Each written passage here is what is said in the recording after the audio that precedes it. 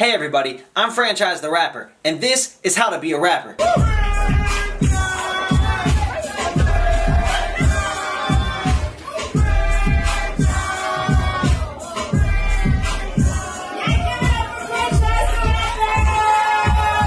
In today's video, I'm going to tell you the 6 things you need to start your very own home studio. After that, I'm going to break down my home studio and all the equipment that I use in it. Now let's get started. What I did for you is I went on Amazon and I screenshotted the exact equipment that you can use and the prices, and I broke down the math just so you can see exactly how much money you're going to need to spend. In a bare minimum studio, the first thing you're going to need is a microphone. The one that I have is a Blue. This one's about $399, and this is going to be your biggest investment out of everything. The second biggest is going to be your interface. These two things are pretty much the most important thing for the quality of the sound that comes out. I had a Steinberg UR242, but I've heard great things about FocusRite, and I saw the price was a little bit cheaper with a package to get Waves plugins, which are great plugins, so I would highly recommend this. $171. I think that's a great price for a quality interface. Another thing you're going to need is the mic stand itself. That'll only cost you about $25.95. I recommend this one because the one I have, it's a solid base. It's terrible. It always falls. I have to actually keep a dumbbell on it so that it doesn't fall. So I would recommend one of these tripod ones. Maybe that will work a little bit better for you. I hope so. Another thing that is essential is a pop filter. The pop filter is going to take out all those P's and harsh noises. That's only $15.99. Normally your shock mount that will come with the microphone is going to have its pop filter on there, but if it doesn't, does not hurt to double up or just have your own. Another thing you're going to need is just your XLR cable. This cable is going to connect your microphone to your interface. It's something small, but it is something that is necessary. And the last thing you'll need is a pair of headphones. Nothing major. I'm assuming most of you have it, but I went and I saw the price for Apple headphones, $18.29. Pretty reasonable just to start yourself off, but you do kind of want some isolated headphones if you don't want monitors to start, or if you can't afford monitors to start. So I tallied up all the prices and I put on a 7% sales tax.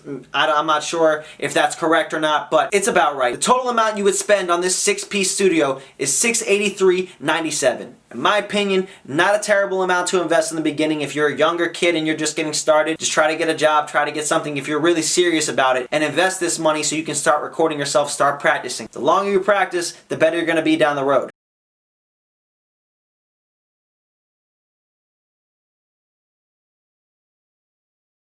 Now I'm going to break down my current setup, how I have things. It is a bit more pricey, ranging on the $2,500 range, but it's still not a crazy amount of money if you have some money saved up. So I have Yamaha HS8s. Both of those together run just below $740. I've also mixed on Rocket HE4s. I would recommend those, honestly. A couple of dollars cheaper, $298 I believe, so a little bit under $600 before tax. I really like the way that the mixes were sounding on there, so that's something that I would recommend. My HS8s are great though. I do like the way my things come out. So I would say either one of those are good options as studio monitors. When it comes to interfaces, I broke down the other two, the lower end budget. What I have now is an Apollo Twin Mark II. Yes, it is pricey. Yes, it is worth it. My Steinberg had broke, so I couldn't hear through the headphones in the interface. So I couldn't hear myself record, and that was a nuisance for 2 years. So I finally said, I'm going to invest, I'm going to do it, and it's worth it. It's a great interface, high quality. I'm enjoying recording again. It's really just enhancing the process for me. I would highly recommend this interface. What you are going to need though with my laptop, you needed a Thunderbolt cable, Thunderbolt to Thunderbolt. I know the newer ones is Thunderbolt to Thunderbolt 3, I believe. The Thunderbolt one was about $30. Another thing I have is a microphone shield. This is essential, especially because I like to record in my room. I did have a whole setup in my closet where I had bath rods hanging up and I had blankets all attached and pillows around, and it was a great way to dead the room. But for me, I found personally it messed up my workflow to go in and out, and it was much easier for me and better for me for recording and getting quality takes having the microphone right next to me. So with that, I had to buy the mic shield, and then I also put a pillow or a blanket on top just so I can cover some of that as well. Once again, the pop filter and the mic stand. The headphones I use are KRKs. I really enjoy these. I heard these for the first time at A3C. I was listening to mixes on that. Before that I was using Bose, but I really prefer these KRKs. I like the way they sound. It's two products from KRK that I really do like, the Rocket and these headphones. So I would recommend getting a pair of these or just some studio headphones so you can really hone in on the the mix and hear everything that's going on. My microphone, of course, my Blue, once again, same price. That is the microphone that I've been using now ever since I got that for free, which is wonderful. I won a contest at A3C. It made me extremely happy. I didn't have to pay the $400 for it, so thank you, A3C. Thank you, Blue. I don't know if it's Bluebird or if it's just Blue, but either way, I appreciate you guys for giving me that microphone, so thank you. Another thing I have is a shock mount. It's a simple little accessory, and it has a pop filter already built in. I preferred that to the one that came with the Blue, so I traded those two out. This is kind of an unnecessary cost because most microphones come with their own pop filter. I just had this one lying around, so I put it on. Another thing that is essential if you're going to record in your room, you need bass traps and you need pads. You need padding around your room. I have a pretty good amount of pads. I've only purchased a handful of them, a lot of gifts, and people just donating them to me whenever they were done using them, or they kind of were trash. I just kind of collected everything, and my room's pretty full with pads at this point. And then another thing is mattress pads. I bought 2 of those because my back wall is very big and it's pretty plain over here, and I needed something to block the sound directly from the speakers. When you're setting up your speakers, how you want to do it is you want to pad the walls directly behind the speakers. You want to pad the wall directly behind you if you're sitting in front of the speakers. You also want to run a mirror along each wall on the side where the speakers are.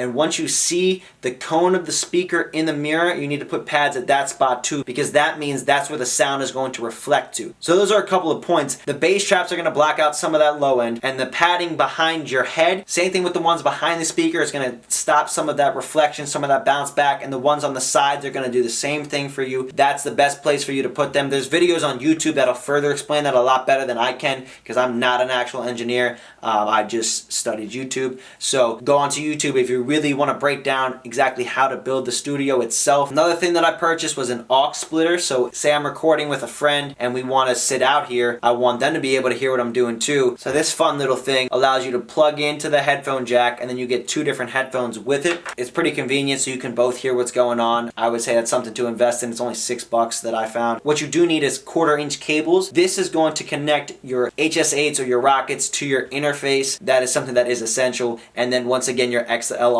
to connect your microphone to your interface. That's pretty much everything that goes into my home studio. The last little gem that I will drop for you, when you're setting up your speakers, make sure that you're kind of a triangle to the 2 speakers. So you want to be sitting equal length apart. I know I'm kind of bad here. And you want to be ear level with the speakers. That's equal here. They have to be equal, and if you really want to break it down, they should be equal distance from the wall. I brought out a measuring tape, measured the whole entire wall. That's why they're on this wall, because the other walls didn't work. You do have to break it down and try to optimize it, because your room's not going to be set up for it. My room is terrible because it's so big, and it kind of adds an echo and a weird sound in the low end, so that's why I have so much padding and everything to kind of muffle what happens. But I've been able to find my way around it in the mix, but it is not ideal. You don't want to have to deal with these problems, especially if you're just beginning and you don't exactly know how to mix your vocals to the best of your ability. So that's an easy way for you to make your own home studio, and that's how I made my home studio. It took a couple of years, and honestly it was a lot of gifts and people giving me things for holidays. I was using Christmas and birthdays as a real way to set up the studio over a couple of years. Finally, I'm at a place where I can actually afford to now invest more money into it myself and buy some more things. With that being said, if you have any questions, please hit me up on Instagram at Franchise the Rapper, or drop a comment down below. Please like the video, share it, subscribe to my channel. Every Monday and Friday I will be posting some videos, and I have something very exciting for you this Friday that I'm going to be dropping, so please be on the lookout. But for now, keep working hard, stay healthy, and get your bars up, because this is how to be a rapper.